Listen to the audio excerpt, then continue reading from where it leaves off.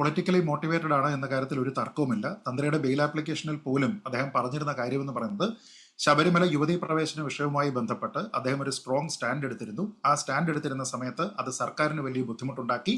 അത് തനിക്കെതിരെ ഉപയോഗിക്കാനായിട്ടുള്ള ഒരു കാരണമാണ് എന്ന് അദ്ദേഹം പറയുന്നുണ്ട്. അതേപോലെ തന്നെ ശബരിമലയിൽ ക്ഷേത്രം എല്ലാ ആചാരങ്ങളെയും മറികടന്നുകൊണ്ട് എല്ലാ സീസണിലും എല്ലാ സമയത്തും തുറന്നിരിക്കുക എന്നൊരു സജഷൻ സർക്കാരിന്റെ ഭാഗത്തു നിന്നുണ്ടാകുമ്പോൾ അതിനെയും താൻ എതിർത്തിരുന്നു. അങ്ങനെ സർക്കാരിന്റെ കണ്ണിലെ കരടായി എന്നുള്ള ഒരു വാദമാണ് അദ്ദേഹം അവിടെ പ്രസന്റ് ചെയ്തത്.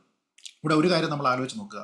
ഗൂഢാലോചന തെളിയിക്കുന്നത് പോട്ടെ, മറ്റുള്ള കാര്യങ്ങളുമായി ബന്ധപ്പെട്ട് പോലും 41 ദിവസം തന്ത്രിയെ കസ്റ്റഡിയിൽ കിട്ടിയതിനു ശേഷം ഇവരാരും തന്നെ ഒരു തരത്തിലുള്ള തെളിവും കൂടെ ശേഖരിച്ചില്ല. ഇതിനിടയ്ക്ക് നേരത്തെ ശ്രീ രാഹുൽ പറഞ്ഞതുപോലെ മാധ്യമങ്ങൾ വഴി ചില വ്യാജ വാർത്തകളൊക്കെ തള്ളിക്കയറ്റാനായിട്ട് ശ്രമിച്ചു എന്നതിനപ്പുറത്തേക്ക് അവർ പറഞ്ഞിരിക്കുന്ന ഏതെങ്കിലും ഒരു കാര്യത്തിനെ പോലും രേഖാമൂലം തെളിയിക്കുന്നതിന് വേണ്ടിയിട്ട് അവർക്ക് സാധിക്കാത്തത് കൊണ്ടാണ് തെളിവിന്റെ ഒരു കണിക പോലും ഇല്ല എന്ന് കോടതിക്ക് പറയേണ്ടി വന്നത്. ഇവിടുത്തെ ഒരു പ്രിൻസിപ്പിൾ ഉണ്ട്, ഒരു ലീഗൽ പ്രിൻസിപ്പിൾ ഉണ്ട്. ഒരാളിന്റെ മൗനം എന്ന് പറയുന്നത് എപ്പോഴാണ് കുറ്റകരമാവുക? ഇവിടെ മൗനാനുവാദം കൊടുത്തു എന്നാണല്ലോ പറയുന്നത്. മൗനം എന്ന് പറയുന്നത് കുറ്റകരമാകണമെന്നുണ്ടെങ്കിൽ നമ്മൾ ആ മൗനം പാലിക്കുന്നത് നമുക്ക് ഏതെങ്കിലും തരത്തിലുള്ള ഒരു കൺട്രോൾ ഉള്ള ഒരു സ്ഥലത്താണ്. അതായത് ഞാൻ ഏതെങ്കിലും ഒരു കാര്യത്തിൽ ഡ്യൂട്ടി ബൗണ്ട് ആണ്, പക്ഷെ ഞാനത് ചെയ്യാതെ മൗനം പാലിച്ചെങ്കിൽ മാത്രമാണ് അത് ക്രിമിനൽ ഒഫൻസ് ആയി മാറുന്നത്.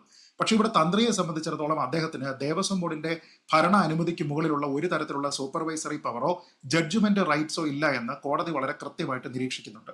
അപ്പൊ അങ്ങനെയുള്ള ഒരാൾ പിന്നീട് ഇത് റിപ്പോർട്ട് ചെയ്യണമെന്നുണ്ടെങ്കിൽ നമുക്ക് വേണമെങ്കിൽ ഒരു ആർഗ്യുമെന്റ് സേക്കിന് പറയാം, ശരി ഇതൊക്കെ എടുത്തുകൊണ്ട് പോകുന്ന സമയത്ത് തന്ത്രി റിപ്പോർട്ട് ചെയ്യണമായിരുന്നു എന്ന് വേണമെങ്കിൽ പറയാം. പക്ഷെ അങ്ങനെ ചെയ്യുന്ന ആളിനെ നമ്മുടെ നിയമത്തിൽ വിളിക്കുന്നത് വിസിൽ ബ്ലോവർ എന്നാണ്. അതായത് തന്ത്രി വിസിൽ ബ്ലോവർ ആയില്ല എന്നതിന്റെ പേരിൽ അദ്ദേഹത്തിനെതിരെ ക്രിമിനൽ കേസ് ചുമത്തുക എന്ന് വെച്ചാൽ വിസിൽ ബ്ലോവേഴ്സിനെ അപമാനിക്കുന്നതിന് തുല്യമാണ്. ഒരാൾ വിസിൽ ബ്ലോവർ ആകുന്നത് ബൈ ചോയ്സ് ആണ്, അല്ലാതെ ബൈ ലോ അല്ല ചെയ്യുന്നത് എന്നുള്ളത് ഒരു പ്രധാനപ്പെട്ട കാര്യം. മറ്റൊരു കാര്യമാണ്, ഇവിടെ തന്ത്രിക്ക് എന്തെങ്കിലും തരത്തിലുള്ള ഗൂഢാലോചനയുമായി ബന്ധപ്പെട്ട് ഇതിൽ താല്പര്യം ഉണ്ടായിരുന്നു എങ്കിൽ അദ്ദേഹം ഈ മറ്റുള്ള മഹസറുകളിൽ ഒപ്പിടണമായിരുന്നു എന്നുള്ളതാണ്. അദ്ദേഹം ഒപ്പിട്ടിരിക്കുന്ന മഹസറിൽ തന്നെ എഴുതിയിരിക്കുന്നത് എന്താണ്? അദ്ദേഹത്തിൻ്റെതായിട്ടുള്ള അഭിപ്രായം ചോദിച്ചിരിക്കുന്ന സമയത്ത് എഴുതിയിരിക്കുന്നത് എന്താണ്? ഇതെല്ലാം തന്നെ സ്വർണമാണ് എന്ന രീതിയിലത്തേക്കാണ്.